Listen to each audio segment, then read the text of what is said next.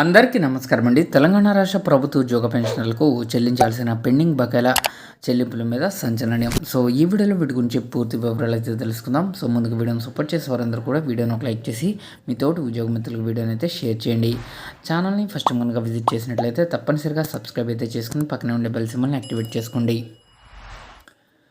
Retirement బకాయిలన్నీ ఒకేసారి చెల్లించాలని చెప్పేసి తెలంగాణ రిటైర్డ్ ఎంప్లాయీస్ అసోసియేషన్ రాష్ట్ర కన్వీనర్ డిమాండ్ అయితే చేయడం జరిగింది.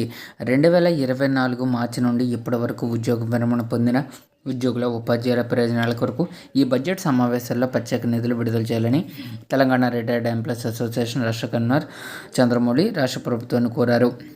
ఈ మేరకు గురువారం బషీరాబాద్ ప్రెస్ క్లబ్లో ఏర్పాటు చేసిన మీడియా సమావేశంలో ఆయన మాట్లాడుతూ గత 23 నెలలుగా రాష్ట్ర ప్రభుత్వ ఉద్యోగులు 13,323 మంది ఉపాధ్యాయులు 7,717 ఉద్యోగ విరమణ పొందారని పేర్కొన్నారు.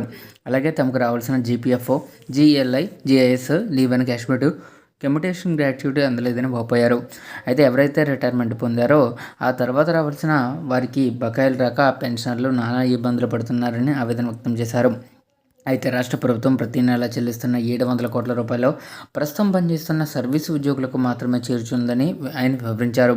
ఇక 2024 మార్చి తర్వాత ఉద్యోగ విరమణ చేసిన ఉద్యోగులు, ఉపాధ్యాయులు రిటైర్మెంట్ బకాయిలు ఒకేసారి చెల్లించాలని చంద్రమౌళి డిమాండ్ చేశారు. మార్చి 1 వరకు రిటైర్మెంట్ అయిన ఉద్యోగ ఉపాధ్యాయులకు వారి బెనిఫిట్స్ చెల్లించకపోతే మార్చి 2వ తేదీ నుండి నిరాహార దీక్ష చేస్తామని కామారెడ్డి ఎమ్మెల్యే కాటేపల్లి వెంకటరామరెడ్డి అసెంబ్లీలో ప్రకటించిన సందర్భంగా వారు చేపట్టిన నిరాహార దీక్షకు రిటైర్డ్ అయిన ఉద్యోగులు, ఉపాధ్యాయులందరూ సంఘీభావన ప్రకటిస్తూ వారితో పాటు నిరాహార దీక్షలో వేలాది మంది పాల్గొంటామని ఆయన వెల్లడించారు. సో ఈ విధంగా ప్రభుత్వ ఉద్యోగ పెన్షన్లకు సంబంధించి తెలంగాణ రాష్ట్రంలో వారి యొక్క బెనిఫిట్స్కి సంబంధించి వెంటనే చర్యలు అయితే తీసుకోవాలి.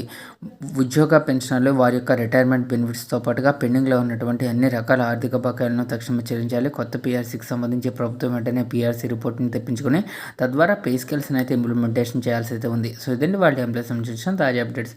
For more updates subscribe to our channel.